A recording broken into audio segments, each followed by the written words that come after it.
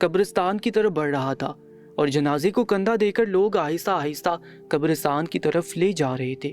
رات کو بارش ہوئی تھی، اس لیے زمین اب بھی گیلی تھی، تھوڑا تھوڑا کیچڑ بھی موجود تھا، یعنی لوگ اسی لیے آہستہ آہستہ چل رہے تھے کہ کسی بھی وقت وہ پھسل سکتے ہیں۔ ایسا لگتا تھا کہ سلطنت کے تمام لوگ اس جنازے میں شرکت کے لیے تشریف لا چکے ہیں۔ وہ عورت بہت ہی نیک پرہیزگار عورت تھی، اسی وجہ سے اس کے جنازے میں بہت سے لوگوں نے شرکت کی تھی اور مزید شرکت کرتے جا رہے تھے۔ اب وہ لوگ قبرستان سے محض چند میل کے فاصلے پر موجود تھے۔ وہ آہستہ آہستہ جا رہے تھے تاکہ سب کو جنازے کو کندھا دینے کا موقع مل سکے اور وہ تمام لوگ اس میں بھرپور شرکت کر سکیں۔ جو دور دور سے آئے تھے، یہ خبر سلطنت میں بھی پہنچ گئی تھی۔ چنانچہ سلطان معظم کو جب خبر پہنچی تو انہوں نے بھی ارادہ کیا کہ وہ جنازے میں شرکت کے لیے پہنچنے کی کوشش کریں گے، لیکن اس کے لیے انہوں نے کام یہ کیا تھا کہ انہوں نے اپنا بیس بدل دیا تھا اور جنازے میں شرکت کے لیے روانہ ہو گئے تھے۔ وہ ہجوم سے تھوڑا دور چل رہے تھے تاکہ کوئی انہیں پہچان نہ سکے۔ ویسے بھی انہوں نے بیس بدلا ہوا تھا۔ انہوں نے دیکھا کہ تمام لوگ آہستہ آہستہ قبرستان کی طرف بڑھ رہے ہیں۔